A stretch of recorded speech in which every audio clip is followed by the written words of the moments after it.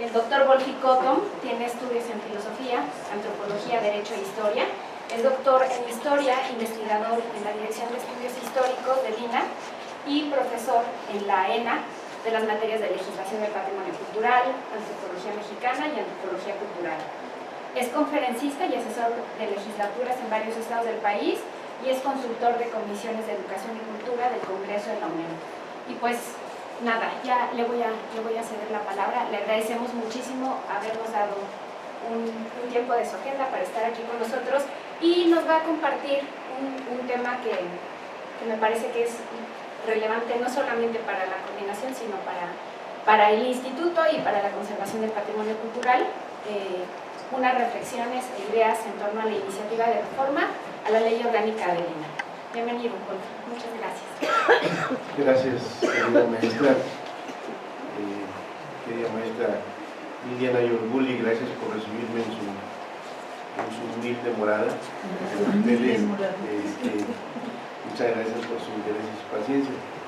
Yo voy a ser muy breve, quizá para dar paso a dialogar algunas cuestiones que tienen que ver con nuestro Instituto Nacional de Antropología e Historia. Y voy a ser muy breve, puesto que el problema por el que me convocaron pues, dejó de ser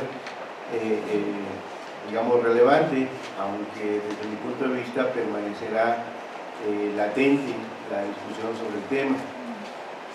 Resulta que en septiembre, justo en el contexto de los sismos, un asesor del grupo parlamentario de Morena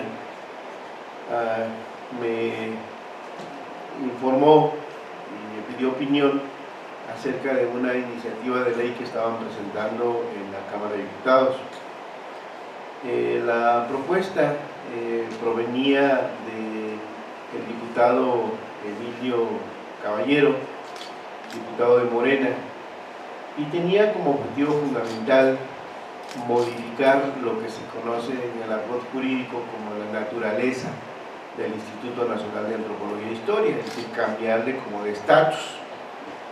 El Instituto Nacional de Antropología e Historia actualmente es lo que se llama un órgano desconcentrado de la Administración Pública Federal, es decir, es un órgano desconcentrado ahora de la Secretaría de Cultura, depende de la Secretaría de Cultura. Lo que estaban proponiendo es convertir al instituto de un órgano desconcentrado a un organismo descentralizado de la administración pública, lo cual evidentemente iba a modificar muchas cosas en el Instituto Nacional de Antropología e Historia. El planteamiento fundamental de por qué esta iniciativa, aparte de que recogía una serie de elementos históricos de la formación del instituto, de cuando se creó en los años 30, finales de los años 30, del siglo XX, de la importancia de su labor, etc.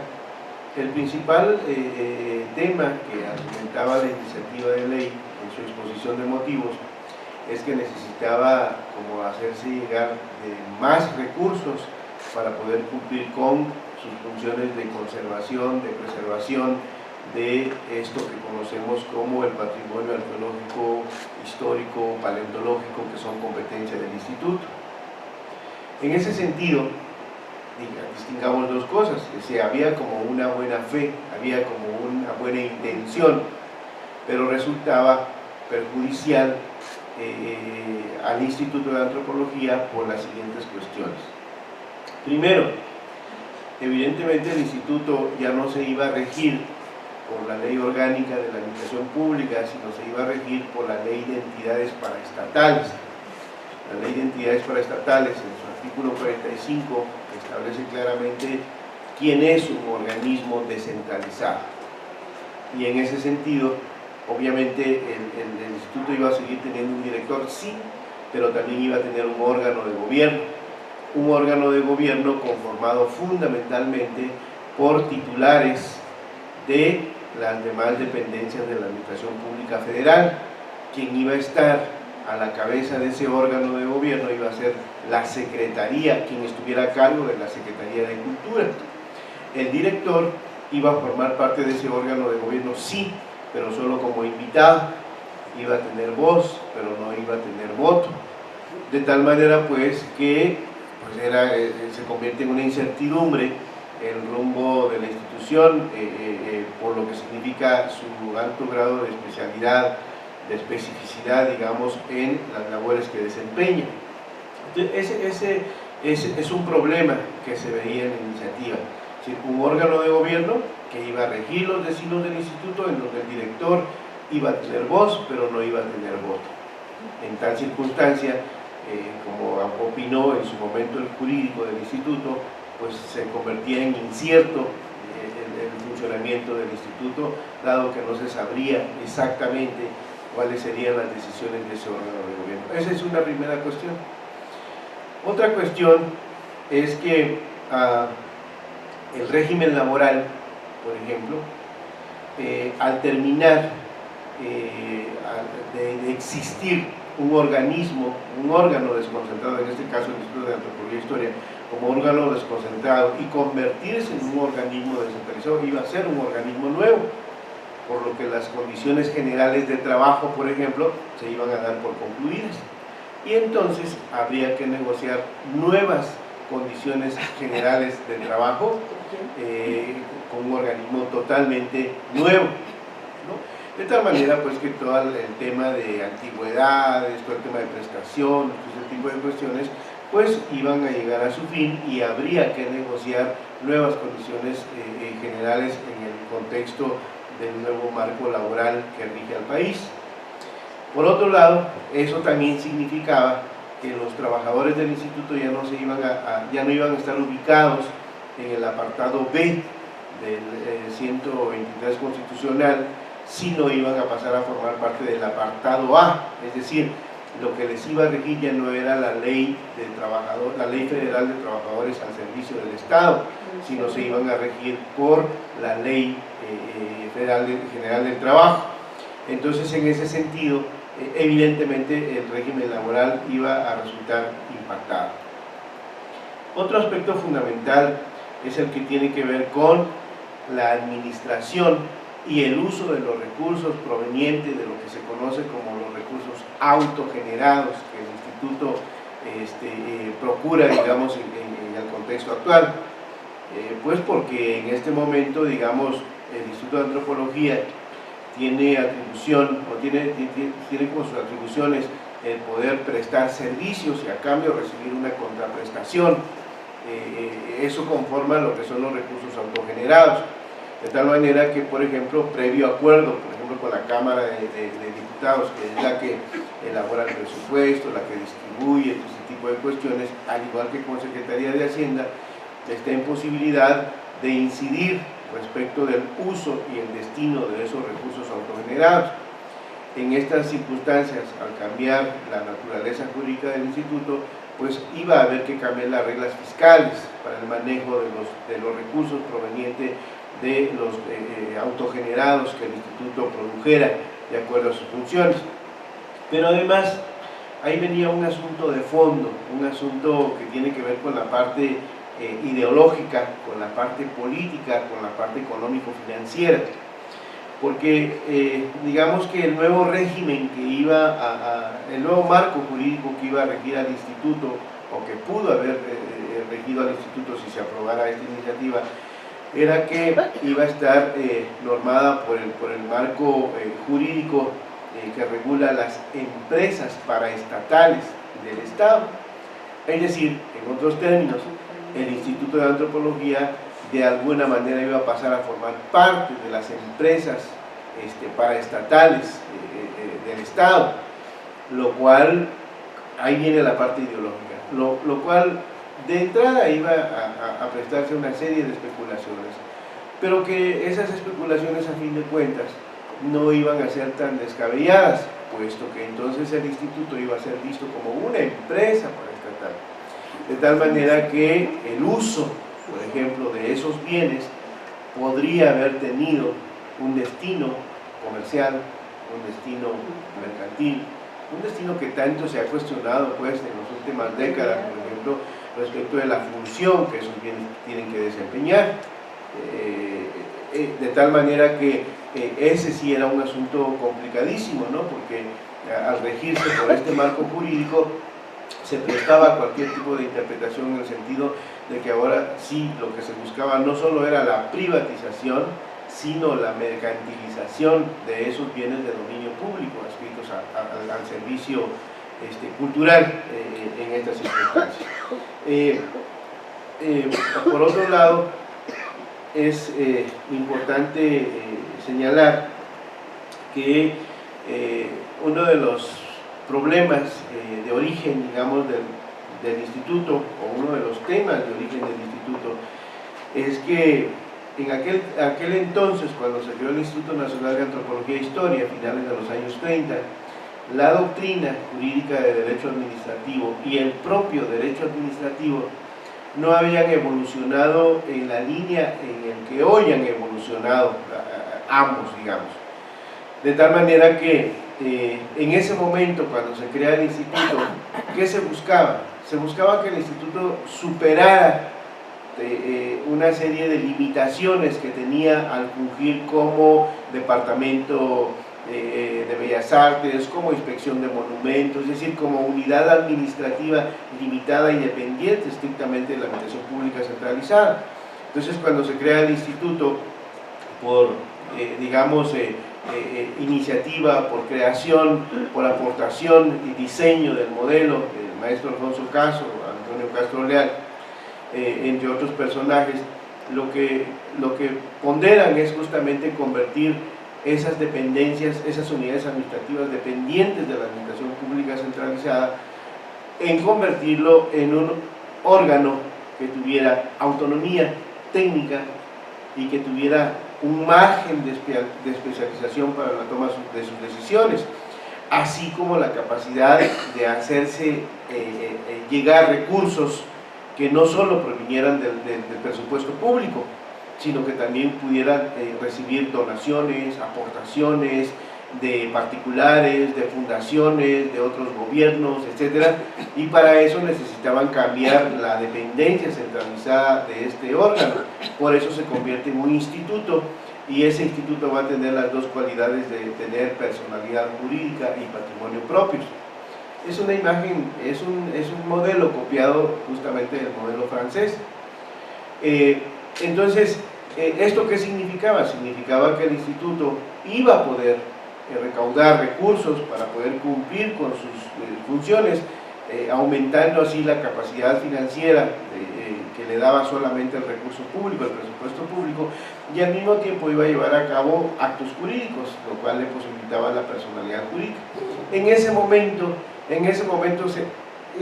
Con ese modelo se consideró que el instituto era un organismo descentralizado por servicio, así se llamaba, así se decía. Así nació el instituto, de hecho, como un organismo descentralizado por servicio. Había otro tipo de organismo descentralizado por funciones. Entonces, hasta ese momento así había desarrollado la doctrina administrativa y el propio derecho administrativo.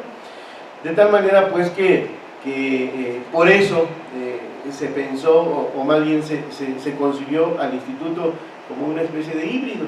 El instituto es un híbrido, tiene como esa doble personalidad, sin que esto parezca esquizofrenia, pero el tema es que el instituto a veces actúa como un organismo descentralizado. ¿En qué sentido?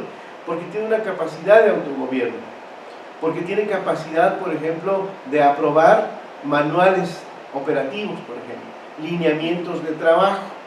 En otras ocasiones, en otras épocas, incluso ha llegado a aprobar reglamentos internos que rigen la vida interna del instituto. Esa es una facultad que da la autonomía, justamente característica de organismo descentralizado. Y por otro lado, funge como un órgano desconcentrado. ¿Por qué? Porque está cobijado o depende de un órgano de la Administración Pública Central. En otros momentos fue la Secretaría de Educación Pública, ahora es la Secretaría de Cultura. Entonces, el artículo primero de la Ley Orgánica del Instituto establece que el Instituto Nacional de Antropología es un órgano con personalidad pública que depende, en este caso, de la Secretaría de Cultura. Entonces por eso tiene esa como doble personalidad, por decirlo de esta manera.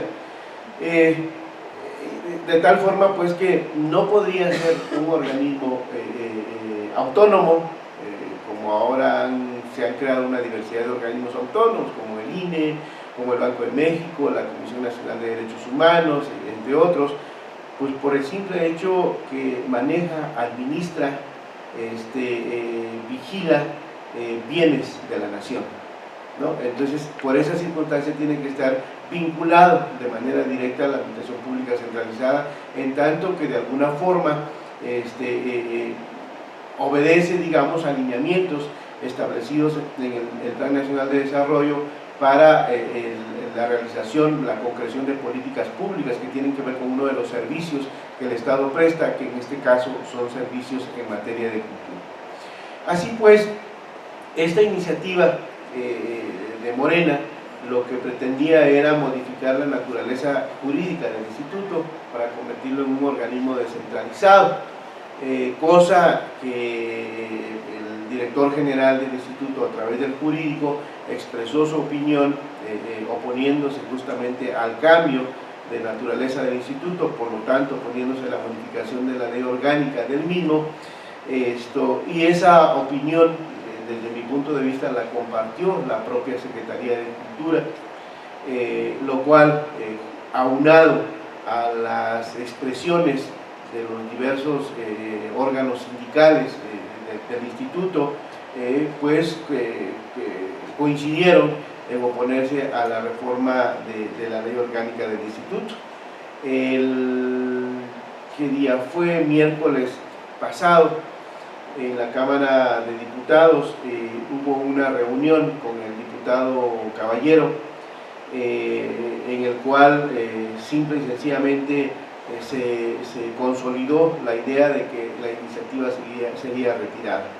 Un día antes, el día martes, el propio grupo parlamentario de Morena solicitó a la mesa directiva el retiro de la iniciativa, de tal manera que en la reunión que hubo el día miércoles, simple y sencillamente se confirmó que la iniciativa estaba ya en proceso de ser retirada. El diputado Emilio Caballero reconoció que había sido una equivocación y que en todo caso había que trabajar conjuntamente para pensar, y aquí viene la parte final y la parte trascendente, para pensar cómo fortalecer al instituto, si es que eso se buscaría en términos legislativos. Esa fue, digamos, la conclusión de esta pequeña etapa, de este proceso que generó mucha inquietud en la comunidad del instituto, pero que a fin de cuentas, digamos, no trascendió.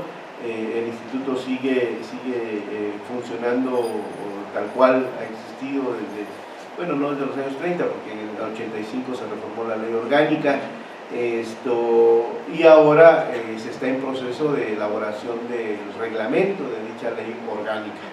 Entonces se busca de alguna manera completar ese marco legal que rige al instituto, y bueno, esto era lo que yo quería comentarles de manera muy sucinta, de manera muy sencilla, de tal manera pues que pasó, ahora sí que pasó el temblor, ¿no? Entonces y no hay mayor trascendencia de este asunto, ¿no? Entonces no sé si tengan algún comentario o alguna pregunta, lo conversamos con mucho gusto.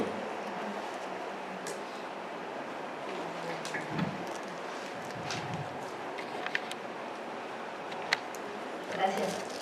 Buenos días, muchas gracias, Borgi, por la información que nos traes. Mi pregunta va en el sentido de que, bueno, se retira la iniciativa de ley que ellos presentan.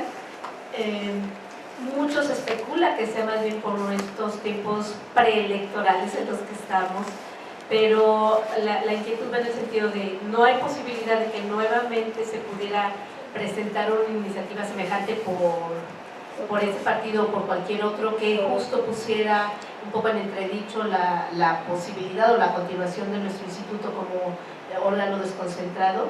Y la otra es Pues no sé, en lo que comentas que expresó el diputado Caballero en cuanto a que si se puede, hay cabida y hay posibilidad de trabajar juntos en tratar de orientar algunas propuestas del tipo en este momento, o es una cuestión de mantenerse a la expectativa de lo que puedan ir presentando los diferentes partidos. Y por otro lado, si pudieras, aprovechando ya tu presencia aquí, en serio agradecemos mucho, si pudieras comentarnos también esta gran inquietud que hay justo de la posible revisión de las condiciones generales de trabajo, que lo va pues relacionada con este tema, y que muchas veces se indica que la disposición viene desde Hacienda. No sé si también se pudiera comentar algo al respecto. Muchas gracias. Siempre hay posibilidad de que los partidos presenten iniciativas. Digo, están en su derecho, están en su papel.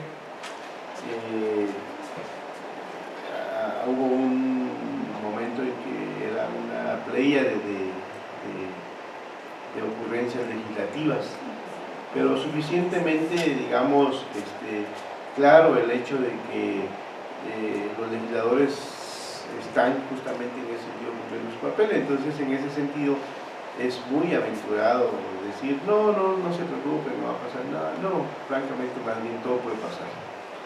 Y en este caso, el planteamiento del diputado Caballero, yo creo que políticamente expresó lo que debía expresar en términos correctos. Esta legislatura ya se va, ya está en la fiesta electoral, y el planteamiento o el proponer que había que trabajar juntos me parece que es una fórmula política que, digo, en la medida de lo posible hay que tomarlo, hay que asumirlo, que quede claro que para cualquier cambio, digamos, de este marco jurídico debe haber una interlocución con el órgano interesado. Por otro lado, bueno, recién, por ejemplo, hace 2 semanas se publicaron reformas a la Ley Federal sobre Monumentos, pero son reformas, digamos, que son reformas de forma, no de fondo, como por ejemplo la actualización de toda la nomenclatura que tiene que ver con Secretaría de Cultura en lugar de Secretaría de Educación Pública y ese tipo de cosas. Hubo otras reformas anteriormente que sí impactaron, digamos, de fondo la Ley Federal sobre Monumentos y en consecuencia también la Ley Orgánica del Instituto, como fue todo este asunto del procedimiento para declaratorias, el derecho de audiencia, todo eso que se había cuestionado anteriormente. Entonces, siempre hay la posibilidad de que se presenten iniciativas en uno u otro sentido. Sobre la pregunta de la revisión de las condiciones generales de trabajo, yo ahí sí por respeto, digamos, a los diversos órganos sindicales que están llevando a cabo una labor desde mi punto de vista importante, independientemente de cuál sea el sentido de las cosas. Creo que en este momento es, llamémosle así, un tanto delicado el contexto, dado las reformas en materia laboral, dado el cambio relativamente reciente del sector del instituto, etcétera. Pero considero yo que en el caso de la Secretaría de Cultura, tanto en el caso de Lina como de Lima, digo yo, han ido como comprendiendo la importancia de estos órganos, de estas instituciones, y en ese sentido yo lo que puedo decir es sencillamente que en este momento no veo condiciones para revisar condiciones generales de trabajo y hacerles cambios de fondo por todo el contexto que estamos viviendo. Nadie se va a aventar en su sano juicio en este momento a hacer ese tipo de cuestiones. Entonces, es mi opinión que quisiera mantener hasta ahorita, dado el respeto del trabajo de los órganos sindicales. Doctor, muchísimas gracias. Me da mucho gusto que esté aquí, gracias, en su casa. Gracias. Doctor, desde el 88, cuando Conaculta se empieza a actuar, siempre estaba encima de lo del INAH, de su personalidad jurídica y su adquisición de patrimonio propio, ¿no? Siempre le estorbaba eso. Desde el siglo pasado hemos estado encima de eso. Y actualmente con el reglamento de la Secretaría de Cultura existe también un aparato muy grandote respecto de sus órganos de gobierno, ¿no? Ahí podría interferir con el Consejo Consultivo del INAH o con los consejos del INAH. Digo, no sé, pregunto. Y luego también cómo va el reglamento de la ley orgánica. Y muchísimas gracias. Gracias, maestra. Mire, puede haber, y yo de verdad diría que si uno revisa el marco jurídico en general en México, en todas las materias posibles, siempre hay como traslapes, siempre hay como cruces de funciones y atribuciones, ya sea en las mismas leyes o en disposiciones reglamentarias o reglamentos. Siempre es así. De hecho, se me fue el nombre de un gran maestro de la Facultad de Derecho que escribió un libro muy interesante que se llama Derecho Administrativo y Derecho Administrativo a la Mexicana, ¿no? En donde él señala una cantidad de barbaridades que provienen justamente no solo de varias disposiciones, sino de acciones de facto, digamos, de instituciones y servidores públicos, por decirlo de esta manera. Entonces, en el caso del reglamento de la Secretaría de Cultura, podríamos ubicar ciertos aspectos que podrían significar traslape de funciones, ensimismamientos. Sí, yo creo que sí.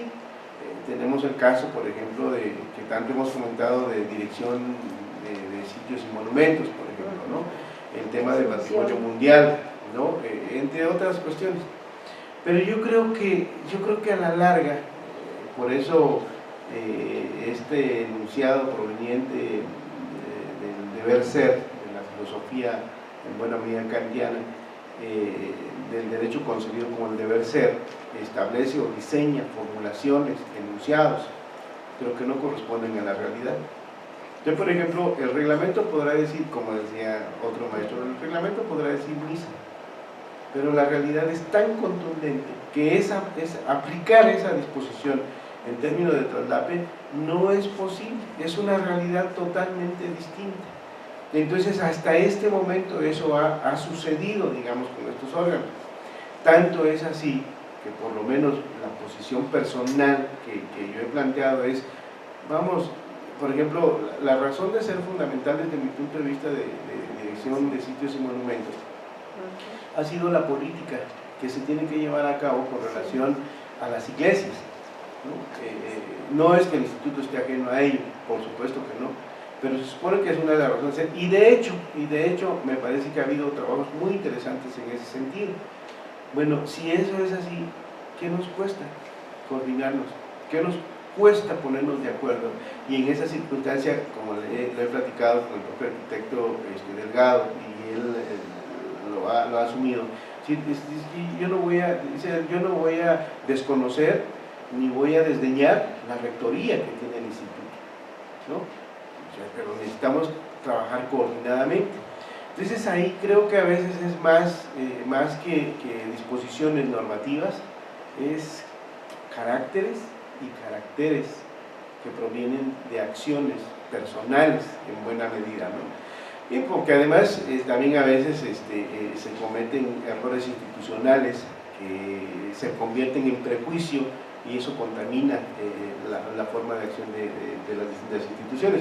Entonces, en otras palabras, el tema de los órganos de gobierno, de la Secretaría, sus consejos y todo esto, son una cosa distinta, son una cosa aparte a los consejos del instituto. Los consejos del instituto están regidos o estarán regidos, para empezar, estarán conformados formalmente por el reglamento de la ley orgánica. Y de ahí todo el tema de cuáles van a ser sus funciones, cuáles van a ser sus atribuciones, este tipo de cuestiones, ¿no? Pero son, digamos, dos terrenos distintos, dos pistas distintas. En esa circunstancia, yo creo que hablar del avance del reglamento, apreciable maestra, mire, podría decirle nada más, dado que no estoy autorizado por el grupo de trabajo a fungir como vocero, digamos, del grupo. Yo solo lo que podría decir es que ha sido un trabajo arduo, ha sido un trabajo intenso, difícil en ciertos sentidos, pero también sumamente enriquecedor. Es un grupo multidisciplinario, entonces imagínense usted las distintas visiones teóricas, las distintas visiones políticas, las distintas visiones gremiales, las distintas visiones ideológicas conjuntadas en ese momento. Son discusiones francamente que a veces, lo digo con todo respeto, hemos rayado en una especie a veces de discusiones bizantinas, pero que afortunadamente creo que a estas alturas se ha ido consolidando de una manera muy interesante. Ha habido avances muy importantes, ¿no? Creo que en su momento el objetivo, yo no sé si se pueda cumplir, pero el objetivo será que hacia terminado el mes de marzo, más o menos, haya un borrador de ese documento de trabajo que pueda buscarse formas de diálogo con los distintos sectores del instituto para que vean cómo quedó, digamos, recogido la enorme complejidad del instituto, porque además el desafío al que se enfrenta es que una es el diseño legal del cual surgió en su contexto, otro es cómo ese diseño legal, al no tener un reglamento, ha tenido que ir aplicándose en la realidad, y de ahí el surgimiento de órganos, procedimientos y demás. Y otra cosa es lo que el reglamento de alguna manera tiene que esperar, es decir, su gran desafío es de alguna manera responder a ese diseño original, pero también reconociendo la realidad, porque ni modo que a estas alturas cambiemos muchas cosas que ya funcionan en el instituto, pero además en instancias en las que el instituto ya está reconocido y funciona de determinada manera. Entonces es un gran desafío. Entonces lo que le podría decir es que los trabajos van avanzando con toda la complejidad que esto pueda significar. Qué bueno, doctor. Muchas gracias. Hola, Wolfi, gracias como siempre por traernos la luz. Mira, a mí algo que me preocupa, no sé, venía pensando en el camino hoy que manejaba, como todos los días oigo las noticias, y creo que realmente ninguno de los candidatos a la presidencia se ha pronunciado realmente por una propuesta específica en materia de cultura. Yo no sé, por otro lado, si los investigadores, que digámoslo también, siempre llevan la batuta en estas cuestiones de las estrategias y la investigación sobre todos estos aspectos que de pronto salen alrededor del tema de cultura, si tienen planeada alguna estrategia para exigirles o solicitarles, o el término, ya lo definiremos, a los candidatos que compartan sus visiones, sus posturas, sus enfoques, sus políticas públicas en torno a este tema. Muchas gracias. Es una pregunta muy importante, importantísima, pero muy difícil de responder por una circunstancia. Primera, yo no sé si los académicos como comunidad, digamos, de la institución, estén pensando en algo, y lo digo porque no conozco una instancia organizativa, a menos que sea el sindicato, ¿no?, que conjunte y proponga algo en ese sentido. No lo sé, solo sé que hay espacios académicos que están buscando de alguna forma un acercamiento a las plataformas y a los personajes que de alguna manera están vinculados a la dinámica, digamos, del planteamiento electoral, de plataforma política de los distintos candidatos, lo cual también tiene que hacerse con mucho cuidado por el tema de lo que dispone la legislación electoral respecto de presencia en organismos de carácter público. Entonces, desde mi punto de vista, la parte académica salva esa circunstancia, pero hay que tener una estrategia perfectamente delineada, diseñada. Y por otro lado, porque es que el tema de la cultura ya se volvió una situación tan compleja en el país, de tal manera que, digamos, en torno de la materia de la cultura ya hay factores reales de poder. Es decir, ya no es ni siquiera solo el instituto o los institutos, menos el cuerpo académico, sino que ahora hay un cúmulo de sectores, de instituciones interesados por el problema de la política pública en materia de cultura. De tal manera que es muy aventurado, digamos, es muy aventurado en ese sentido pensar en algo que unilateralmente pueda de alguna forma condicionar el planteamiento.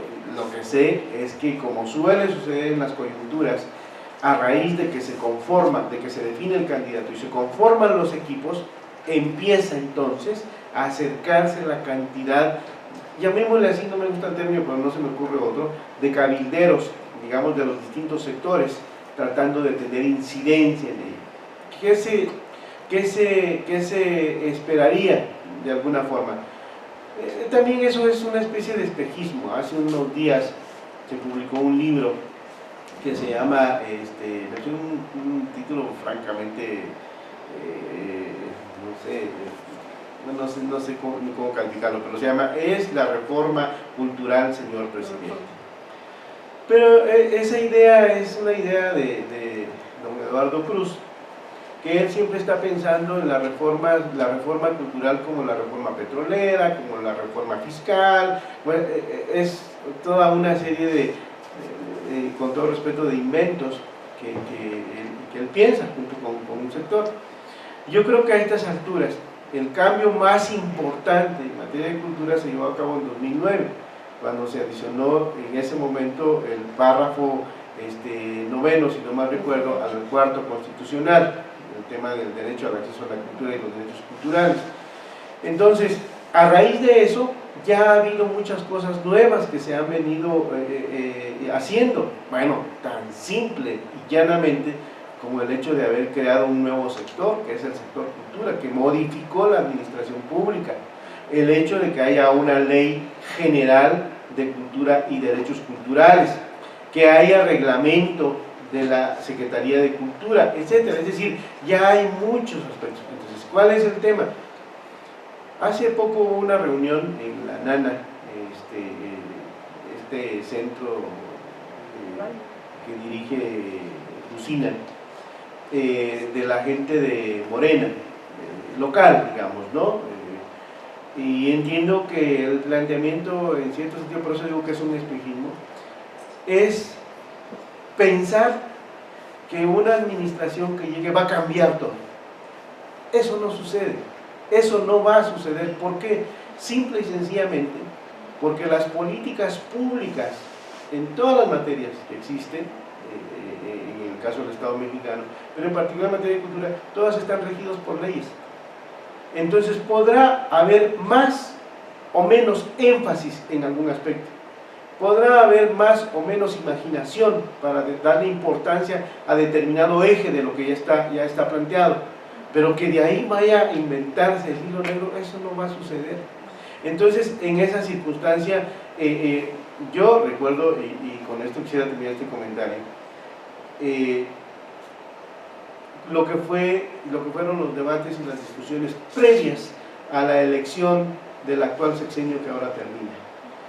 Hubo varias mesas con distintos partidos, en donde se plantearon una diversidad de cosas, y lo que sucedió fue que ganó más quien más capacidad de influencia tuvo en los partidos políticos de mayor peso, porque lo que se planteó en la plataforma política de origen, por ejemplo del partido actualmente en el poder, simple y sencillamente dio un giro de 359 grados. Entonces eso significa, pues, por un lado, que las políticas públicas difícilmente cambian de manera radical, absolutamente, y por otro lado, que puede ser que lo que llegue a predominar es el interés muy práctico de quien ejerce el poder y que recibe una cantidad de influencias de manera importante e interesada. Este texto del que les hablaba, de la reforma, señor presidente, de verdad, si ustedes lo ven, no dice nada nuevo, es el mismo asunto, una crítica más, una crítica menos, etcétera. Entonces, yo la verdad es que en estos momentos creo que el gran desafío es, ya que se creó un sector, nos guste o no, habrá que, eso sí, tratar de incidir porque el eje de la cultura como parte de la política pública sea una razón de Estado, se convierte en una razón de Estado, ¿no? ¿Y eso qué va a significar? Va a significar la prioridad que tenga en la estructura orgánica del gobierno, la prioridad que tenga en el diseño de sus políticas presupuestales, la importancia que tenga en la prioridad, por ejemplo, transversal con otros distintos sectores, en fin, entre otras muchas cuestiones, pero hasta ahorita, pues, para empezar, no se sabía ciencia cierta, entre comillas, quiénes iban a ser los candidatos y por lo tanto sus equipos. Así veo las cosas en este momento. Sí. No sé si alguien tenga alguna otra pregunta. ¿Yo podría? Sí, se puede. Sobre la Constitución de la Ciudad de México, que versa sobre los derechos humanos, seguramente tendrá incidencia en nuestra reforma de ley orgánica, ¿no? No, querida maestra, porque son dos ámbitos de gobierno distintos. La Constitución de la Ciudad de México rige expresamente la Ciudad de México. Pero para el patrimonio me refiero. Sí, bueno, en primer lugar acuérdese que el gobierno federal interpuso una controversia constitucional contra la Constitución de México en varios aspectos. Uno de esos aspectos fue la parte relativa al patrimonio cultural, porque argumentó que invadía facultades del gobierno federal. A mí me parece que eso está muy claro, amén de que la Constitución establece disposiciones que tienen que ver con el patrimonio cultural. Esas disposiciones solo rigen para el patrimonio cultural de la Ciudad de México. ¿Cuál es ese patrimonio cultural? Pues en buena medida varios de ellos están siendo ya declarados, digamos, proveniente, por ejemplo, de la Ley de Fomento Cultural de lo que era el Distrito Federal, y por otro lado, de lo que estableció la Ley de Salvaguarda del Patrimonio Urbanístico y Arquitectónico del Distrito Federal. Pero todo lo demás a lo que haga referencia tendrá que definirse el patrimonio cultural de la Ciudad de México. No involucra o no implica o no abarca lo que son todos aquellos bienes que tienen declaratoria como monumento arqueológico, histórico, artístico, paleontológico, de competencia federal. Entonces, eso es lo que está en controversia. Entonces, las disposiciones que establece la Constitución de la Ciudad de México no abarcan, digamos, lo que es competencia del gobierno federal. Le podría señalar ahorita que, por ejemplo, ahorita se está discutiendo el tema del Canal Nacional. El tema del Canal Nacional, que fue inscrito en una reforma del artículo 11 y 12 de la Ley de Salvaguarda del Patrimonio Urbanístico de la Ciudad de México, del Distrito Federal, y ahí se inscribió y se le da la categoría de espacio monumental abierto. ¿Qué es eso? ¿Quién sabe qué será? Porque los legisladores solo fueron muy capaces de inscribirlo, pero jamás dijeron eso para qué servía, en qué consistía. De hecho, lo que he planteado es que tiene que haber un decreto de declaratoria que establezca cuáles son los efectos, de dónde abarca, cuál es el régimen de propiedad, cuáles son las políticas que se van a crear en torno de eso, ¿sí me explico? Y eso fue sujeto a una sentencia dada por un juez de un particular que se amparó porque en la ley se inscribió y se ordenó que se desarrollara un plan de conservación, un plan de manejo. Nunca existió, nunca se conformó un órgano, el consejo y entonces se amparó y el juez dijo, pues sí tienes la razón, entonces le ordena al gobierno que conforme el consejo, que establezca las recomendaciones técnicas del plan de conservación de Canal Nacional. Pero Canal Nacional, digamos, entonces es como ese patrimonio, llamémosle así, que ahora está poniéndose de moda también el tema del patrimonio biocultural de la Ciudad de México, digamos, ¿no? Eso se está discutiendo en ese momento. Y como eso, en el ámbito intangible, llamémosle así, está el tema de la orquesta típica de la Ciudad de México, está el juego de pelota, están los mercados, eso es el patrimonio, a eso se referiría, tendría que referirse a la Constitución y por lo tanto sus legislaciones, no lo que es competencia del gobierno federal. ¿Sí? Ya. Gracias. Muchas gracias. Hay Sí, perdón. una última pregunta.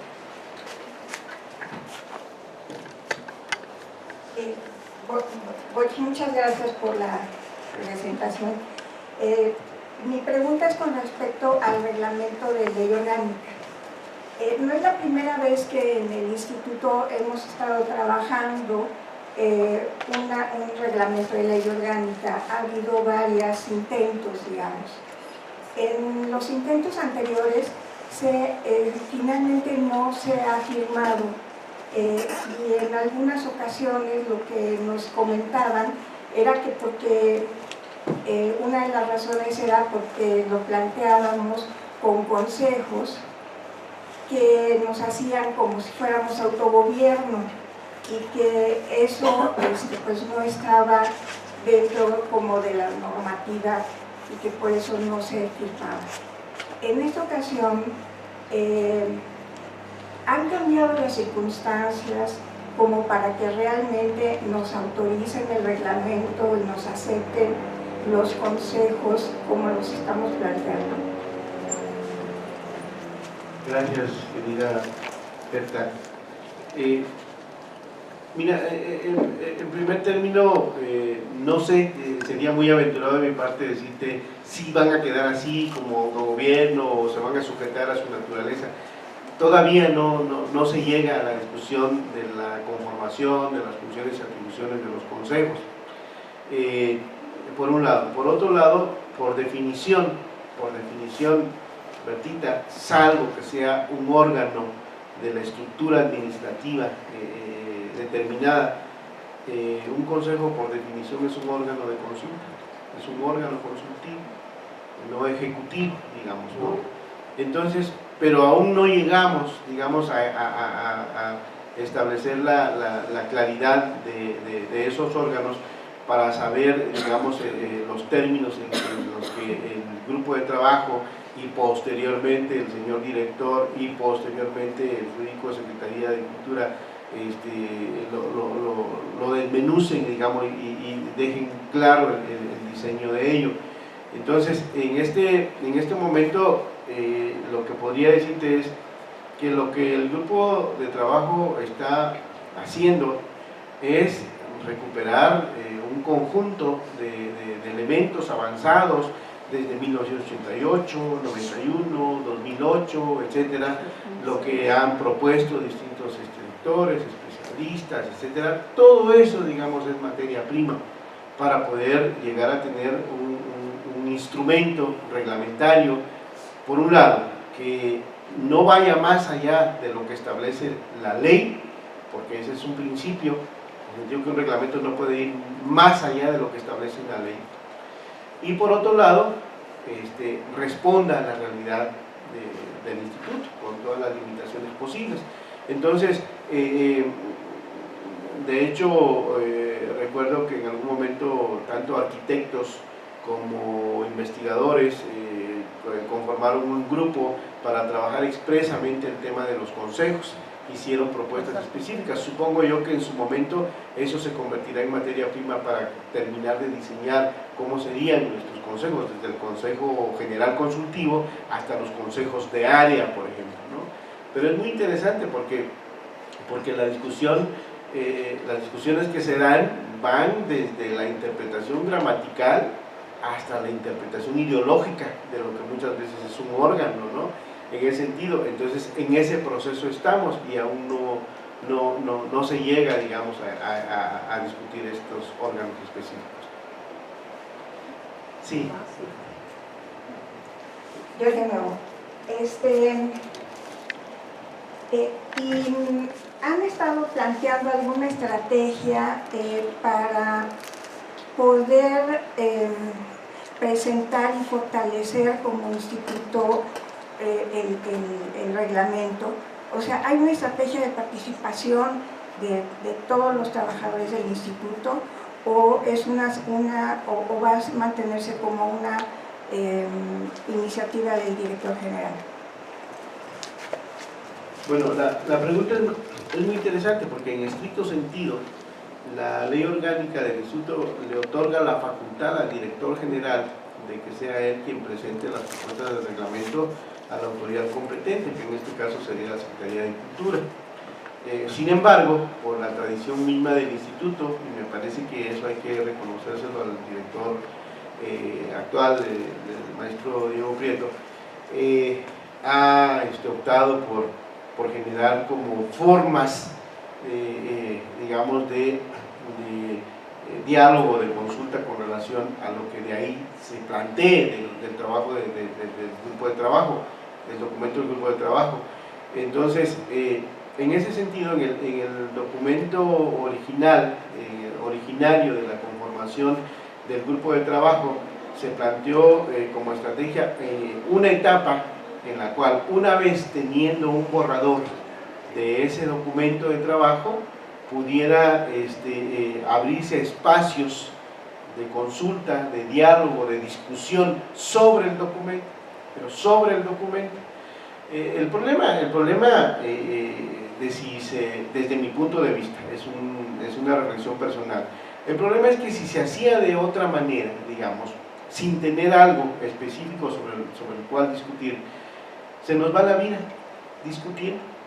Y tomen en cuenta que ahorita tenemos ya varios añitos, varias décadas de retraso, de inexistencia del reglamento de la ley orgánica, y no porque el tema cronológico sea determinante, sino porque me parece que a fin de cuentas es tan necesario en este momento completar el marco legal, y en esa circunstancia como estrategia lo que te diría es que habrá un espacio, una etapa en la cual, teniendo un borrador del documento, se puedan abrir espacios, digamos, como con foros, no lo sé, eso es algo que tendrá que concretarse para poder intercambiar opiniones, puntos de vista, y por qué no aceptar correcciones, sugerencias, complementación del documento, previo a que el director general pues dé su visto bueno y haga lo que conviene en términos del procedimiento que sigue, ¿no?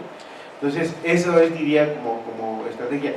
Antes no podemos hacerlo porque son documentos inacabados, y porque si ya de por sí, imagínate, empezamos a trabajar desde noviembre, estamos en enero, y el tiempo es verdaderamente cortísimo en ese sentido. Entonces cada quien hace un sobreesfuerzo amén de la agenda personal que cada uno tiene. Entonces, pero en términos generales de estrategia, habrá una etapa en la cual se dialogue y se discuta sobre ese documento de trabajo.